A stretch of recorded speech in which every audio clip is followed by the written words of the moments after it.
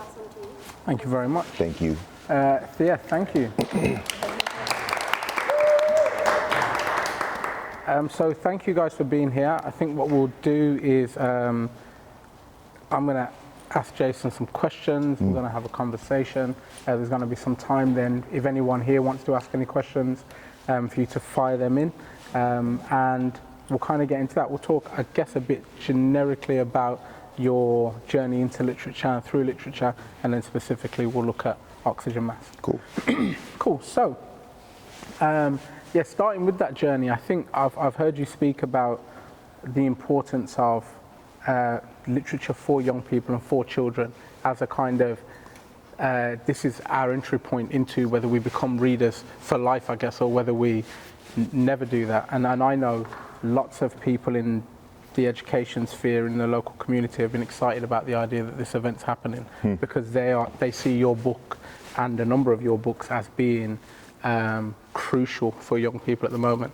I guess I kind of want to know, what was your own experience in school of literature and where your passion for literature came from? My school for me was tricky because, I mean, we're talking like the 80s, early 90s. And I feel like back then there were no books for young people that had anything to do with the young people who were living at the time. Yeah. Right? So there's like this weird pocket, there's a window, a gap, at least in the States, from like 1980 to around 1999, where if you were a kid growing up in a tougher community, if you were a kid of color, if you were a kid of different abilities physically or mentally, they really just weren't a lot for you. Like we didn't exist to the publishing machine at that time. And so because of that, reading just wasn't something that felt like I had a place in. Mm-hmm. And you know, teachers did the best they could to say, well, you got to read this because you have to develop a relationship with literature. And to me, that always just felt silly because I couldn't understand why I would be asked to develop a relationship with something that clearly didn't want a relationship with me, according to what was being represented in those books, right? And so I didn't read anything until I was almost 18 years old. Okay. Because I felt like it didn't make sense. I felt like my body was in the world, but the books were telling me that I was wrong, that I was invisible, because sometimes these stories affirm our existence. And so if they're not there, then there are other elements that have to affirm that existence, and sometimes those other elements are negative. Or dangerous or complicated, but I need somebody to affirm the fact that I'm in the world, and the books didn't do it. So my journey for me begins with rap music. As a 10-year-old boy, that music, this is 1993, that music is right at the point where it's gonna become a solid thing, right? Before this point, everybody in our country was saying this music was going to fizzle out, that it wasn't music, that you couldn't win an award for being a rapper. Like, that wasn't a thing back then. It was a fad, a trend, and furthermore, people were saying that it was dangerous, that it was going to be the death of a generation. But for kids like me, that music was saving our lives. And I would go to the store, buy my rap tapes, go home and pull out the liner notes. And for everyone in here almost looks like they're of age to remember liner notes. And you know, I would read the lyrics, and that was how I was introduced to poetry. And so this thing that everyone was telling us was dangerous, these were teenagers. Teenage poets, right? Geniuses. You know, I tell people all the time, LL Cool J was 15 years old.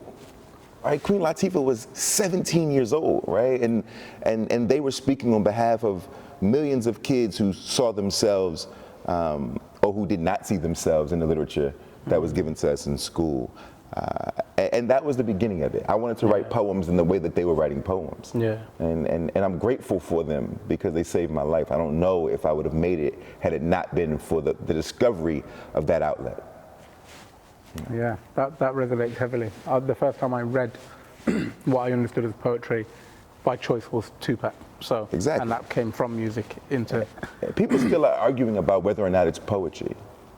You know, the last time I had that debate, I was actually here. Really? We apologize. I was on the... It wasn't you, though. You was were on the here, BBC. but we weren't there. Yo, I was on the BBC. And what was the?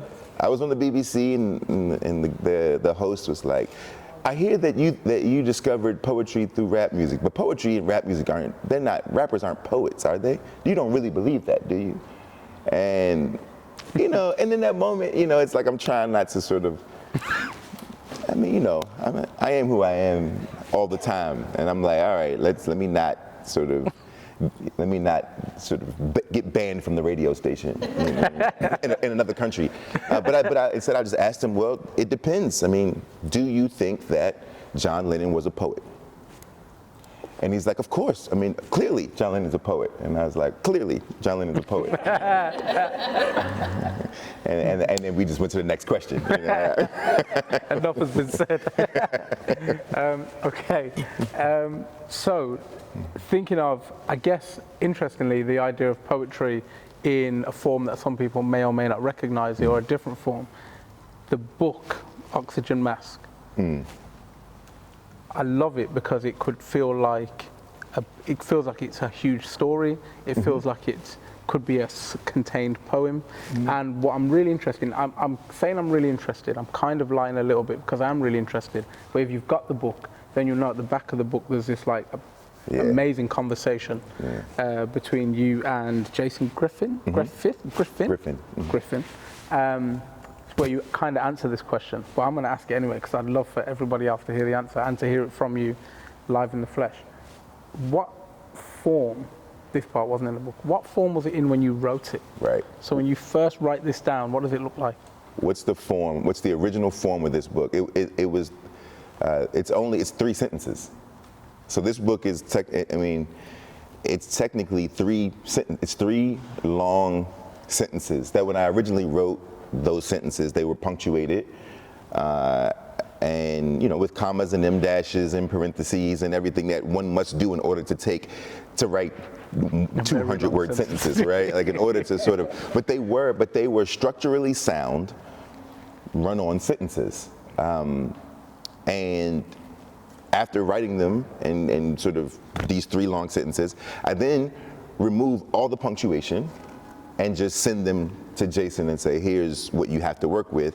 And because I took the punctuation out because I didn't want him to feel hamstrung by the marks, right? And so without the punctuation, he was able to manipulate the words and put them wherever he thought they belonged to best serve the art and to sort of elevate whatever we were trying to do, right? But if I put the punctuation there, then he would have said, well, I can't put this word on the next page because there's because there's a comma there, and so there needs to be something there to sort of, buttress the comma, or there's this or there's that, whatever, punctuation does, right? It gives us direction, and I didn't want him to have any direction. And so I removed all the punctuation, which is why people call it like this sort of poem. But it really, it's poetic, but it really wasn't a poem. It was, and to me, it's not a poem. It's just 3 sentences. And I think this is what I thought was really interesting about it. Has everyone here seen the book, the inside of the book? Raise your hand if you haven't, so I can see if it's worth doing this. Okay. So. I really don't want to bend this book. This is going to be someone's book. So inside, you might see, like here, to see a split second of a laugh. So the book might have 1 word on a page. It might have 3 lines on a page.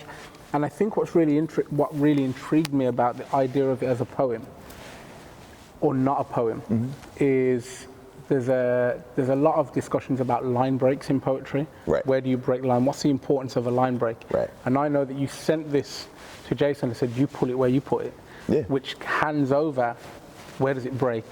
Where does it change? And I mean, this is another question with that in mind. When he sent it back to you, did you go, that's it? Yeah. I love that.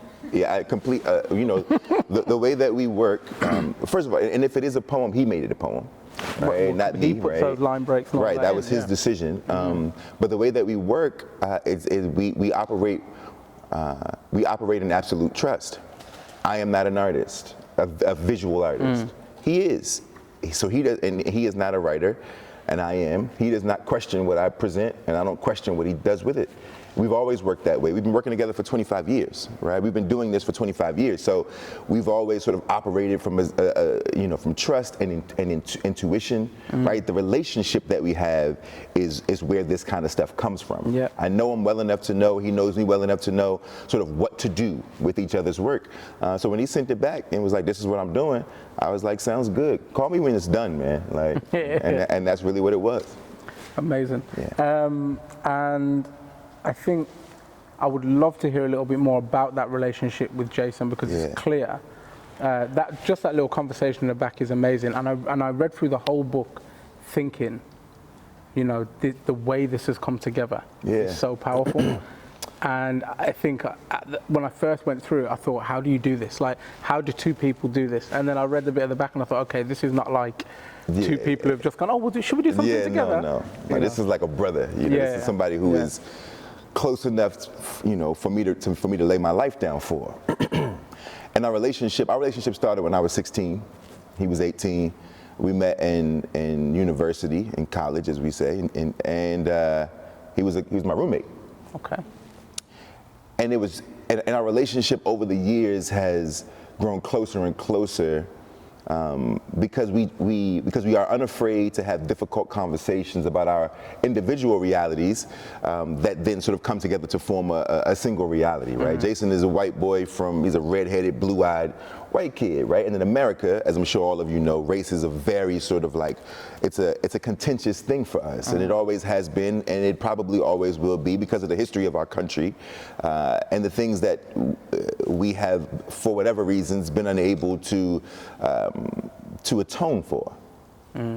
And so we just simply, based on the haphazard luck of being born with different colored skin, the two of us have lived very different lives. Our realities were just very different. Our safety has been very different. Our privileges have been very different.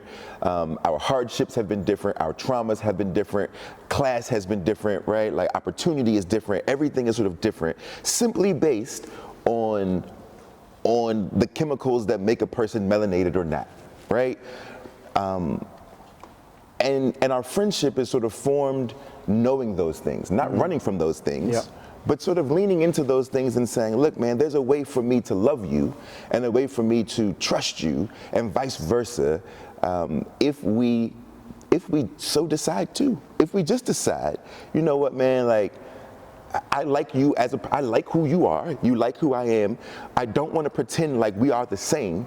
We are the same in these ways, but I don't want to pretend like our lives are the same. And because we don't have to pretend that they're the same, we can figure out how to build bridges to make them fair between us, right? And we used art as the sort of safe place to land. That was the mattress that we always will land on. So if we can get into it, we can have really tough conversations. When George Floyd is killed, he and I can come together and we can scream and we can get into it. He can tell me how he really feels, right, and how what he's struggling with, and I can tell him how I really feel and what I'm struggling with, and the place that we always know we'll be able to land is this sort of mattress that we've built for one another with art, right? A mattress that is sort of artistically there, but even above that art is respect and love, which allows the art to be the thing that will continue to sort of flourish between us. One of the most valuable relationships I've ever had. We don't talk about friends as soulmates, but we should. We should. But we should, And he's one of my soulmates.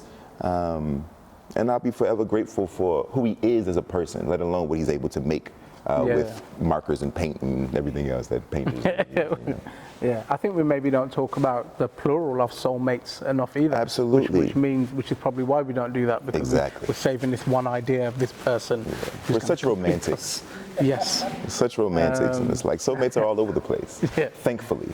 Could you imagine the odds if you only could have one? I don't like them. They're not in your favor.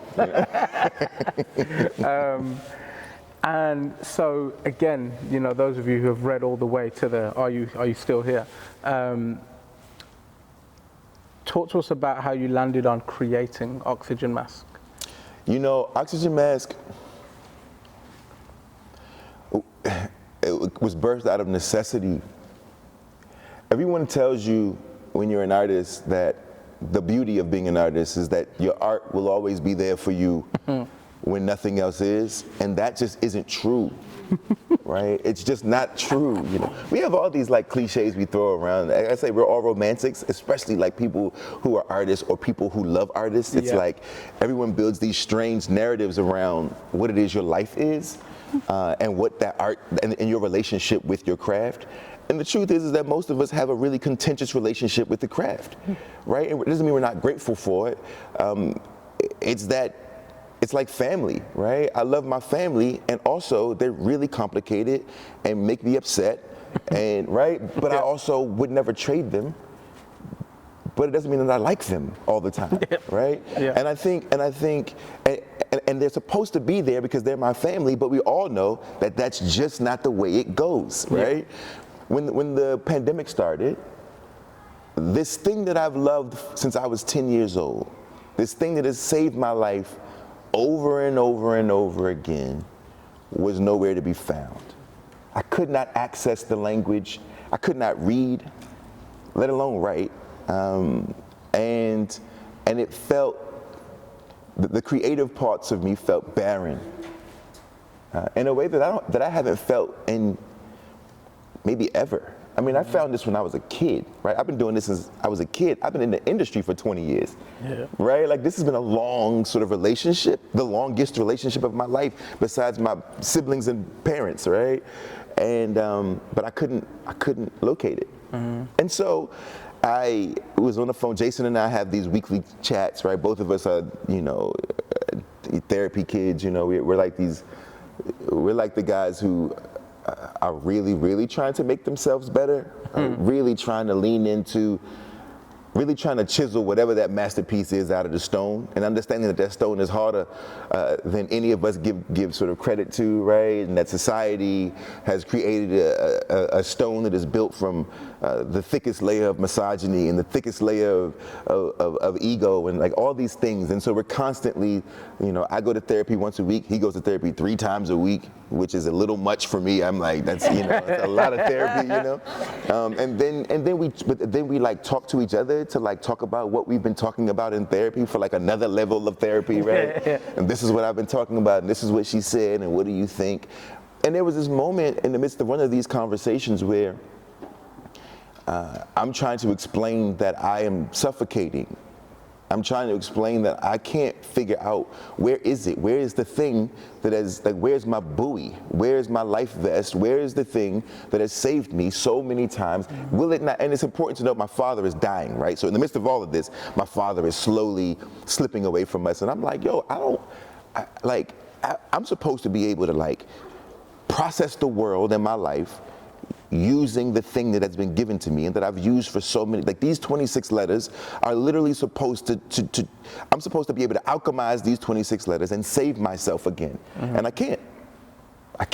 And I'm telling him this, and he's like, yeah, Jay, you know, I haven't been able to paint, but I got this little moleskin, and I've been like scribbling all these like weird images on this moleskin, or I'm like just fooling around in a moleskin, and it's been like my oxygen mask. And that was the moment where I'm like, oh, maybe that's what I've been trying to articulate, right? That I've been suffocating, and that everybody is suffocating, that every single thing that is happening in 2020 is snatching air from us, right? Whether it be the death of George Floyd, the way he died he was strangled. Whether it be, and then the tear gas hits the streets, right, which is more strangulation. Whether it be COVID, which is attacking the respiratory system, right? We are being stripped of air physically, mentally, emotionally, spiritually, right, creatively in this particular time.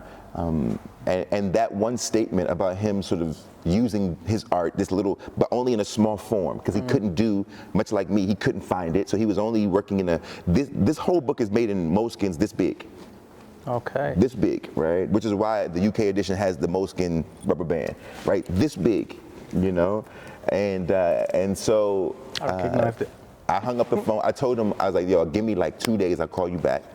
I hung up the phone and I wrote this. In 2 days, I called him back. I said, I'm getting ready to send you something, but I'm only going to send it piece by piece. The first piece is going to come through. I want you to sit with it and see if anything happens. So I sent breath 1, because they're broken into breaths, three breaths.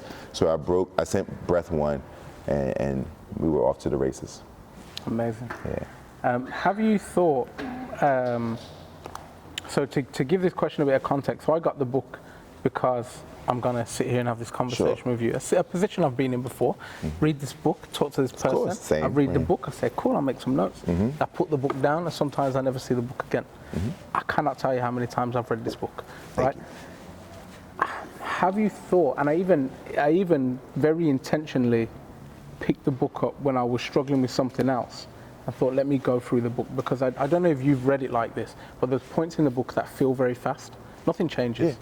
Of course, because you wrote it, so you know this, right? But like, and I read it, and it almost like... It's propellant, right? Yeah. It's urgent. And it's like right on the edge of like anxiety inducing, and then you turn the page and it's like well...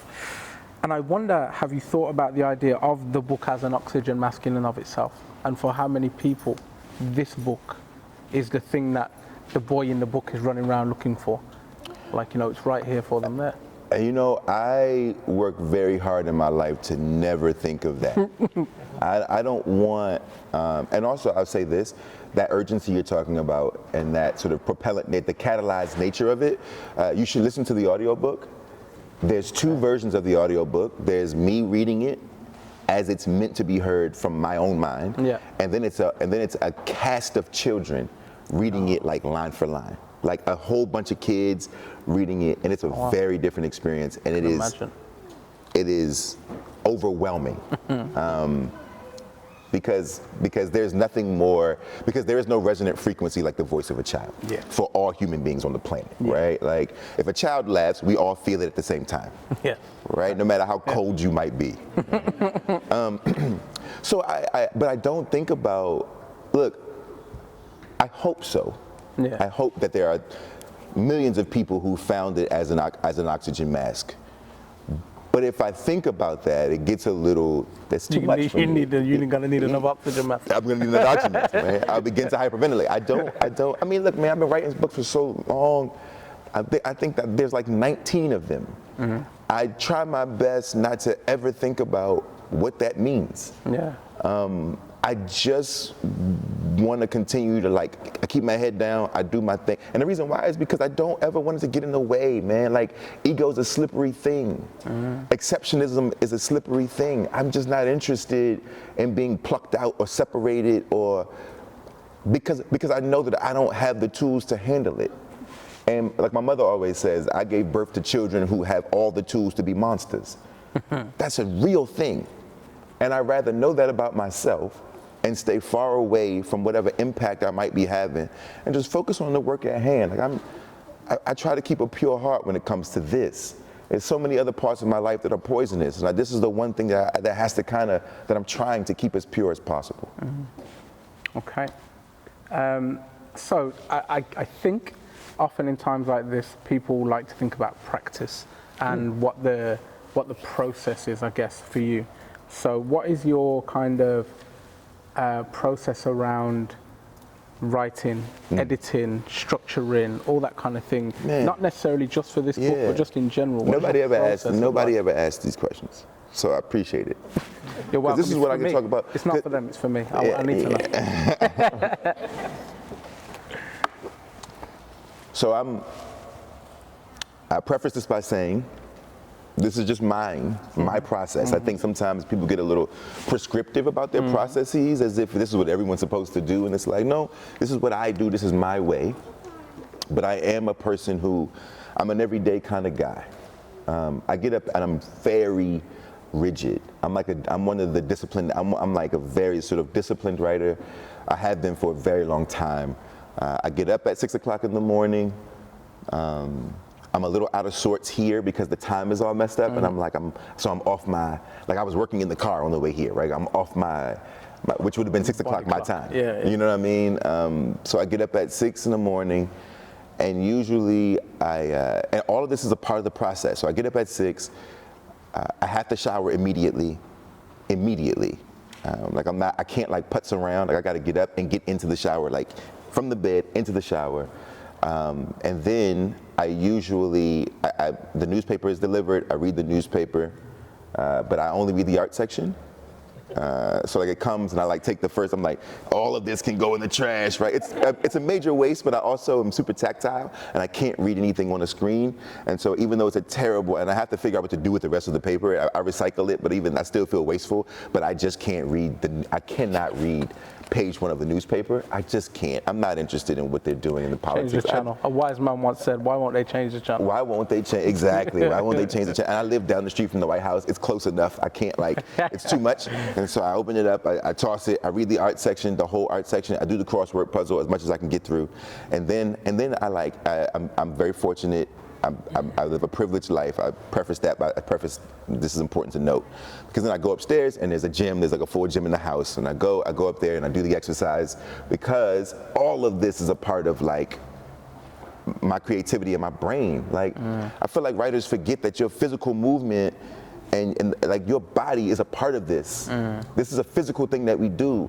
We don't often see it as such, but if we did, I do believe that I think it makes it better, right? To move your body, remind yourself that this machine of yours is one that should be cared for, and that it is directly a part of what is happening and what this will be able to do. Yeah. So all of this has to happen. Then take another shower, because I have to. I'm also super hygienic, and I'm like a little like, ugh, so I have to take another shower. And then after all of this, it's about 8 o'clock, and then I sit down. I usually write longhand.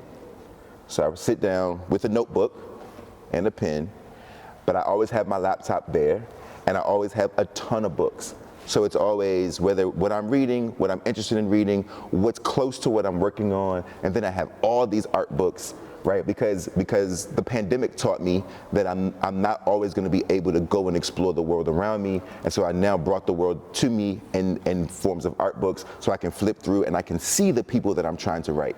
Yeah. Right? I can look at photographs of 1970s Brixton, and I'm like, that's the uncle in this story, right? That's the building in this story, right? And I like flip through sometimes. I have everything open in front of me, and I create this like creative sort of, it's like an ashram. It's like this sanctuary, and then I sit and I do my work, and I usually work from about 8 to about 2 in the afternoon, stopping for lunch at noon. I used to have a pot of coffee in the morning. My doctor says I can't do that as much anymore, so I have a cup of coffee, which does not get the job done, let me tell you. So there's a moment of like complaining and like me being like, I'm a little upset, and then that wears off eventually. And then lunchtime at noon, and then at 2 o'clock I close it up. And usually before the pandemic, I would then walk around the corner to the movie theater, and I would sit and I would watch whatever is playing. And then at 4 o'clock, it's time for drinks with friends and everything else. Every day. So that's Monday through Friday. Saturday, I try to take care of like chores and errands. Sunday is my mother's day, right? I go and take care of everything my mom needs, catch up with her, make sure we're all sort of, that she's ready for the week. And then I get right back to it Monday. It's like a job. I treat it like a job. I found him, everyone. Yeah. It's I found him. This is the man we're trying to be. It's intense. and this is why I said, like, this is why it's also important to note that, like, this comes with a tremendous amount of privilege. There are lots of people around me who take care of all the other things, right? I'm well babysat. There's people who answer emails, people who answer this thing, people who I don't do anything but the work, right? And that's a tremendous privilege. It was not always this way. Of course. At the beginning of my career, 20 years ago, it was not this, right? I would try to do it this way, and it was more like whenever I wasn't at work, I used to write 2.5 pages in the morning, go work in a clothing store, in the boutique, do that for 8 hours, get off work, eat dinner, get home, write 2.5 pages at night, and those 5 pages was the limit every single day, 5 pages a week, 5 days a week, 25 pages a week, 100 pages a month. That's a book every 3 months, that's 4 books a year, and that's the way I used to think about it. Right? And that's the reason why the proliferation has been so great, because that's the way I was trained to do it, right? It's to sort of outwork everybody. It's a terrible way to be an artist, and it's unsustainable, but that's where I come from. That's my original hustle. Yeah. Now it's art, and I get to just be an artist, and I'm grateful every single day, which is why I work so hard. I don't take it for granted. I honor at least I hope, for all of us who are artists is that you're consuming. It's a part of the game, right? Like a part of the job is to consume the world, right? And I don't mean consume in a way that we're trying to get away from in beautiful spaces like this, right? Like I'm not talking about that kind of nasty consumption. I'm talking about feeding yourself, feeding your inspiration, feeding your curiosity, right? And so for me, like there's so many people. I mean, I'm always reading all the things, right? Like my favorite writer, one of my favorite writers is Ali Smith. Okay. Right? I think that Ali Smith is one of the most courageous writers I've ever read. I don't always know what I'm reading when I read her, but I'm always grateful for the risks that she's taking with syntax, with punctuation. Like, I think that she's a writer's writer. I don't think she's for everybody, none of us are, but I do think she's a writer's writer. And I'm reading her to see what I'm afraid of on the page, right? And I think that, so like she's up there. She's like in my top 5 people that I always go to just to wrestle with the language. And I wrestle with this work. And any of you who read her know that like this is not leisurely reading, right? This is not always the easiest thing to kind of dig into. But I think that's worth it. Yeah. There are some American writers that I think Kiese Layman and Jesmyn Ward, and I think these are the leaders of the Black American vanguard over there. Okay. You know, and I don't think anybody's touching them. I mean, Jesmyn Ward people are saying that she is the heir to Toni Morrison, and I think that's true. And I don't think anybody else is close. Okay. Amazing writer that everyone should be reading. And then I'm like thinking about, you know, Tom Sachs and you know, I've been reading all the stuff about Caravaggio and like, and thinking about shadow and darkness, and then thinking about Caravaggio up against Alfred Hitchcock, who technically are doing the same thing with light. You know what I mean? Yeah. In very different time periods and with very different mediums, and figuring out like what does it mean to manipulate light? And then to think about Hitchcock, who famously said, you know, a face is not a face until I put light on it. And then what does that mean for the work that I do? Right? Like how much light do I put where on the page to show how much of a particular character or story or plot? How do I not give it all away and leave some for inference? And like all of that is technically the manipulation of light. Yeah. Right? And so I think of those things. I'm thinking about furniture designers. And I mean, I've spent so much time watching interior design videos. Because it's all process. People have really interesting processes around how to decorate a house, right? And about shapes, right? Circles and squares. How a room can't be all circles, how it has to be squares, and it has to be this. This makes this happen. Or you feel that if you have a circle, then it creates more space in the room, and you can have people sit around the table, and everyone can see everybody. And that's a thought that like everyone's thinking about. If you put these colors here, if you paint wood floors, all this stuff. I'm interested in all of these things because I think they're all the same. Everyone is a storyteller. 100%. Yeah. Everyone is just thinking about narrative. Fashion designers. I was just watching this thing about Issey Miyake, who just passed away last week, right? The famous Japanese, well, he was Japanese, but obviously worked in France. Like, this dude figured out how to make clothes using technology that you could travel in and they not be wrinkled because they're already wrinkled.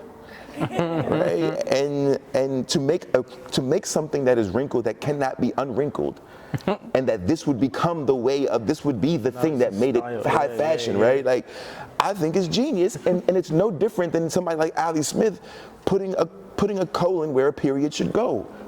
It's no different, right? Like, and putting all of these together, I think that the best of us have the ability to take disparate ideas and realize that they're not so disparate, right? They're all really close together. We just have to figure out how to connect those dots. So all of this is what I'm always in. I'm reading about Patek Philippe and like all the Cartier, right? And I'm reading about right now. I collect Mont Blanc, and I'm like.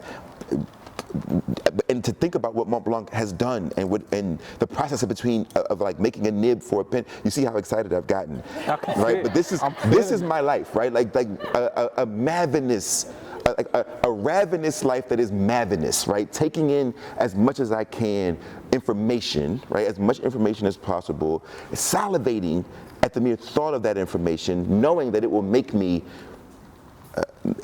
better as a human, because I'll be able to connect to human beings differently, and as an artist.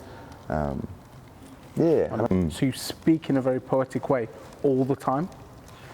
How much of that, or how do you control that in your writing? So how do you? I don't.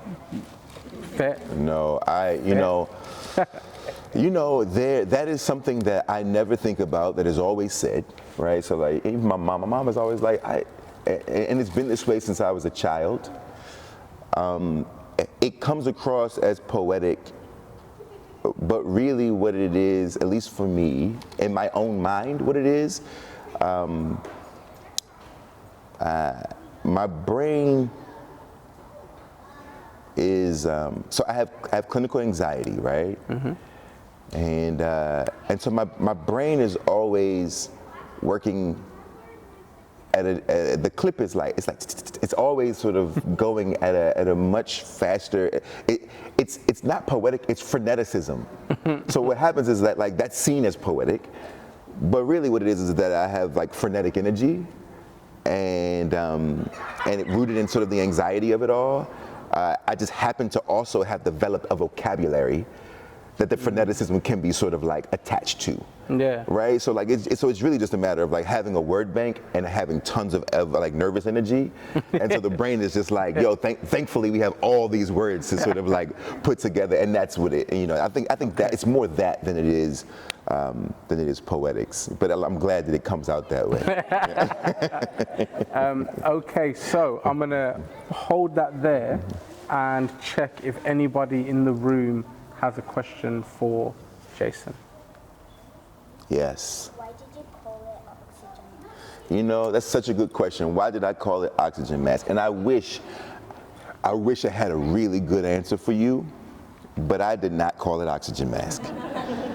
The publishers over here changed the name to oxygen mask. The original title of this book in America is Ain't Burned All the Bright.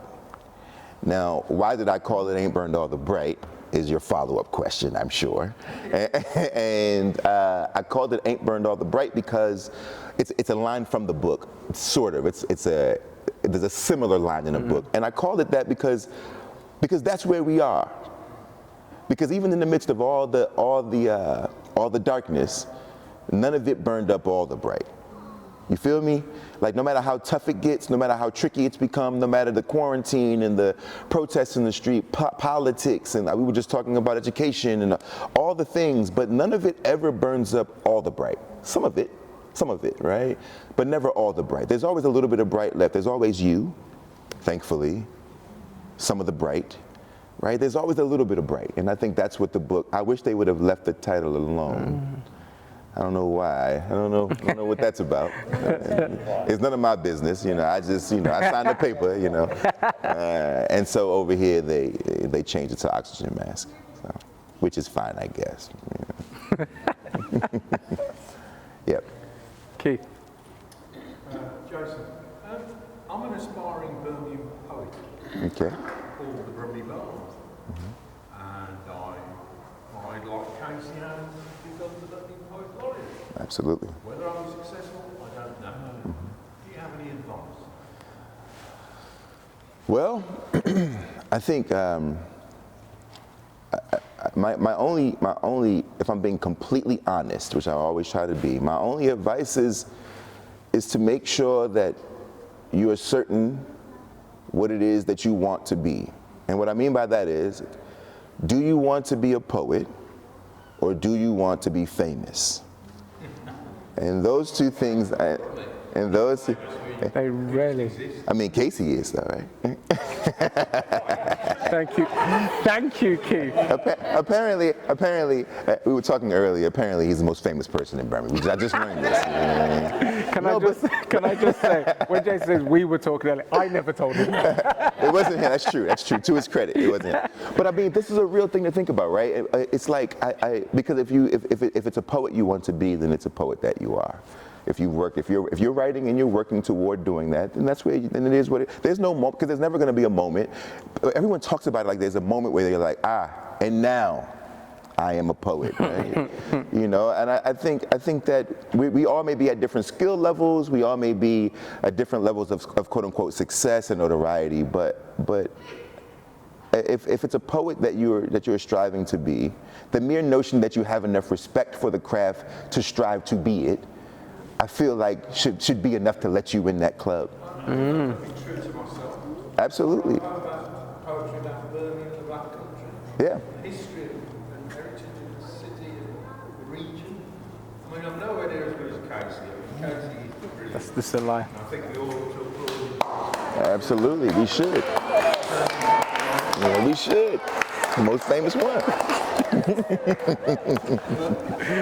out there, I'm trying to get it done, and That's it. Absolutely, that's it. You know. Okay. Yeah. How important do you think representation is when it comes to? I mean, I brought my son to see you because the first thing I said to him is, he's got hair like daddy. Yeah. And I've taken to see a number of writers, but we had to travel we're about 45 minutes in the woods. Yeah. And we had to come because I wanted him to see somebody that, your books are in my basket in the Amazon, but I wanted him to meet someone that writes, that looks like his daddy, you know, and how important do you think that is to young people? Yeah, I think it's of the utmost importance because it's really difficult to be what you can't see. When I was a kid, there were no, it's so interesting. When I was a kid, we wanted to be ball players and rappers. And boys. So like little boys wanted to be ball players and rappers. Little girls wanted to be teachers, usually in my community. And the reason why is because that's what we saw, right? I saw the men in my life were athletes or musicians, or they were in the streets. And the women in my life were teachers, right? Like that's what we saw the most. And so that's what we aspire to be. And then after that, you have your first sort of like, oh, we're going to bring in police officers and firefighters so you can meet them. And so then we saw them because we saw them in the community, and we saw them, they came to the school, and we knew, okay, I can be a police officer or a fireman. But there was never a moment where a writer walked in the room. That just was, I didn't meet any writers until I was in my 20s. Novelists specifically. I grew up with a bunch of poets. We all did that. We had like a scene and a movement, and we did that thing, right? But in terms of novelists, I didn't meet a novelist until I was well into my 20s. And so I didn't know if it was a thing that I could even do. And then you find out that there's a whole lot of us. And you wonder why no one told you. Yeah. You know, why didn't anyone say that we could do these things? And people always say, like, you don't need permission, you shouldn't have permission to dream, but of course we all need permission to dream. It's a weird thing, but people think it's a natural thing to say, like, I want to, and it's like, I don't know the possibilities until I know the possibilities. No one can tell me that you know what I mean? Like, I would never know that I could speak Spanish until I heard someone speak Spanish. I said, I want to learn how to do that, right? I didn't know that was a thing, because no one in my environment spoke Spanish. And so I think it's of the utmost importance. And even more so, I think you know, I want to take just a quick second to say, we limit the function of the book, the function of reading, to what we say is these books will help people be more empathetic. Here's the thing. I think that's true for children. I think that's bogus for adults. And the reason why is because we all know adults. I mean, you all live here. I mean, this is a place where a lot of the literature that we all are reading around the world is birthed right here, right? And what we know is a bunch of people who have read each one of those stories and each one of those books, and they happen to still be terrible people, right? So we know that, like, it doesn't necessarily create empathy. We know that not to be true, right? But what we do know to be true is that reading develops soft skills that we never talk about. Yeah. So I want him to see these stories that represent him and represent parts of his culture, because we're all very sort of polylythic, right? But parts of him will be represented in these stories. He'll be able to have an archive of his literary archive of his young life, right? Which I don't have. But when he gets older, he'll be able to say, like, hey man, this is what a little black boy was like in 2020, right? And he'll have some semblance of his reality will be documented, and there'll be an archive of his life. But more importantly, what he will learn from reading, what we all learn from reading, is patience and discipline and persistence. Our imagination stays stoked, our vocabulary broadens, and most importantly, we learn to listen to ourselves, because that is the voice you hear when you are reading. It is not my voice. It is yours. That is a valuable thing, and we never talk about it this way. Right? We never talk about all of that stuff. It's like they got to read because they need to know Shakespeare, because Shakespeare invented half the English language and changed literature. It's like, no, they should read Shakespeare because it'll teach them how to concentrate. and that is far more valuable than any of the stories. But we never talk about it that way. And so I'll leave it there. But it's very, very important. And I'm grateful that you came and that we got to meet and that you brought me a gift, which I'm also grateful for. Do we have time for another question? Who's in charge? Am I in charge? We're in charge, man. Don't worry about it. Big mistake. I'll see if there's anybody else, Keith, because I've already had one. Thanks for coming. It's been great. Have you ever hit a wall with a project, or do you hit walls with projects? Oh, yeah. And if so, like, do you have any strategies for getting around? I hit walls all the time. I mean, I think it's part of the walls are a part of the game, right? It's especially for a person who is as restless. I'm a mess of a man, and I don't. So there is no planning, there's no outlining. I just am like, I'm going in, right? I'm gonna figure this out when I get in there. I've always been that way. It's gotten me into lots of trouble in my life, but that's sort of how I am. You know, I was a student who the teacher would say, do an outline, and I'm like, so you mean to tell me we gotta do work before we get to the work? I was like, I don't like to do double work, right? That being said, walls are inevitable for people like me, right? But my theory around how to get through those walls, super simple. But this is going to be advice coming specifically as somebody who is writing a story, right? So for storytellers, and I have some other advice for people who aren't writing stories, but for storytellers, when you hit the wall, there are two things that the wall is asking you to do, usually. And it's character or characteristic. Now what I mean by that is, when you hit the wall, it usually means that you need to introduce a new character. It's like life. I look at writing like I look at life. When you hit a wall in life, usually what life is telling you is there needs to be a new person, right? If you meet a new person, the new person opens up your life, because the new person is bringing their life into your life, and it could be a friend, a coworker, somebody at the bar, a partner, right? It's always like a new character is introduced that opens your world, right? That opens your life. So either you need a new character to walk into this story and turn things upside down, right? Or you need a new characteristic for the main character. What I mean by that is, give your main character a new idiosyncrasy. Like in real life, when we hit a wall, we learn something new, and it opens up our world, right? It's like, oh, I'm bored with life, I've hit a wall, and you're like, you know what, I'm gonna learn how to write in calligraphy, and then my whole life is gonna change, because I'm gonna, right? Because this new skill and these new people that I have to meet to learn this new skill, and now I can do a new thing, and now I'm talking about, you know, flex nibs, and everything's in ink, right? And everything's different, right? Like that's how it is. And so in my stories, when I hit a wall, it's like, all right, let me figure out which of these things needs to happen to then open up the story. If you're not writing a story, typically when you hit a wall, or if you have writer's block, let's say it's one of those situations, that typically is coming from insecurity, from the insecurity of writing badly. So if you just give yourself permission to write trash, it's much easier to burrow through the walls, right? If you just say, like, it's okay that whatever I'm about to make is going to be bad. Right? I'm going to write badly for a while, and then I'll go back and I'll make it better and I'll fix it, but the wall can't get in the, it can't stop me, right? Which is what happens most times. We hit the wall and we put it down, and that's the travesty, you know, when really it's like, I'm just going to suck for a little while, and then eventually I'll get back to it, or I'm going to introduce a character or a character. Those are my tricks, you know. Okay, so one more. You're regarded as a young adult.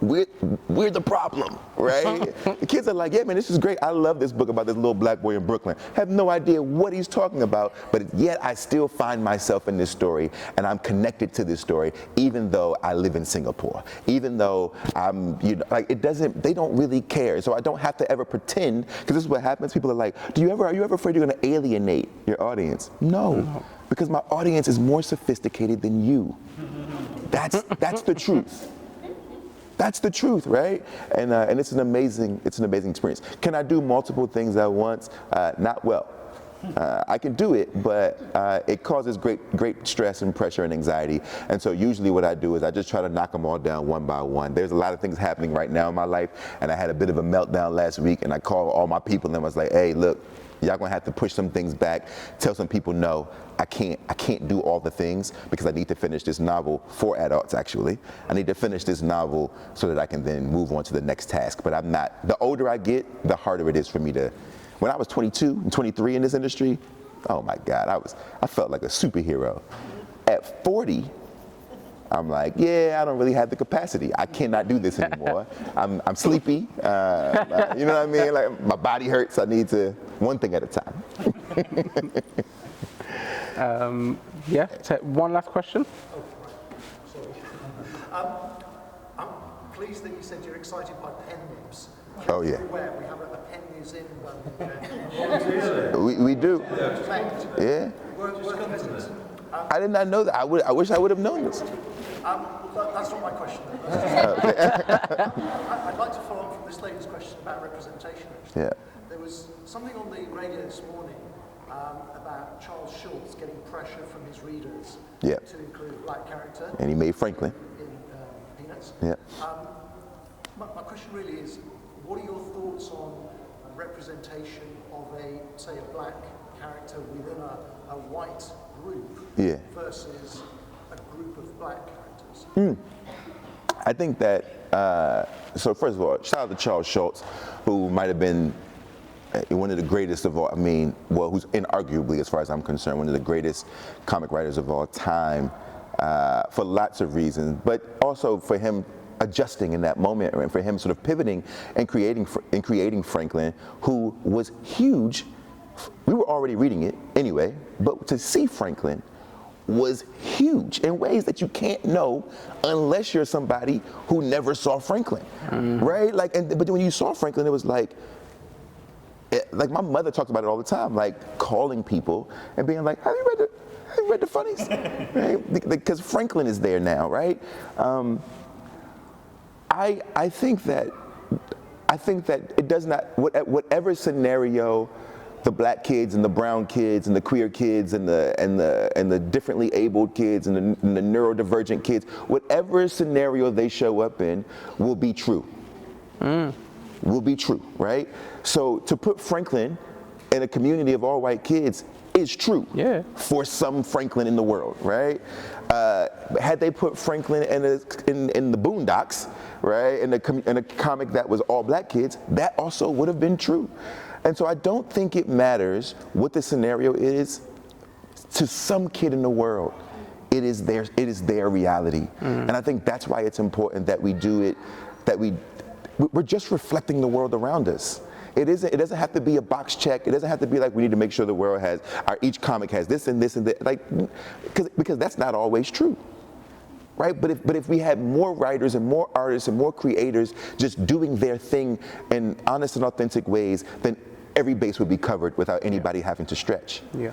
Right? And I think that's what we're it's the same thing with people come to me saying, can you write a girl protagonist? I get this all the time. And I have, right? And when I did write this book called Patina, everyone said, do you think you'll be able to pull it off? And which I always thought was a really strange question, because girls exist in the world. And I was like, well, yes, I can pull it off because girls are human beings. And so I'm 80% of the way there, because girls are human beings. And I think what happens with the representation conversation is we sometimes forget that black kids and brown kids and differently abled kids and neurodivergent kids and queer kids are just kids. Yeah. which means you're 80%, like, which is why I can't understand why we have such a hard time with it. You know, they're just human children. The nuances are different, of course. Parts of their realities will be different, sure. But 80% of I tell people all the time, black people are as boring as everybody else on an everyday basis. There are moments of flair for sure. But on an everyday basis, just want to go to work, take care of my kids, come home, go to sleep, right? Nothing is that, there are no explosions. Nobody's a mutant, we're just people. And I think if we can remember that, and if every artist can remember that, then we'll do better at really representing the patchwork quilt that we actually shroud ourselves in every single day. Thank you both for absolutely wonderful. Thank you.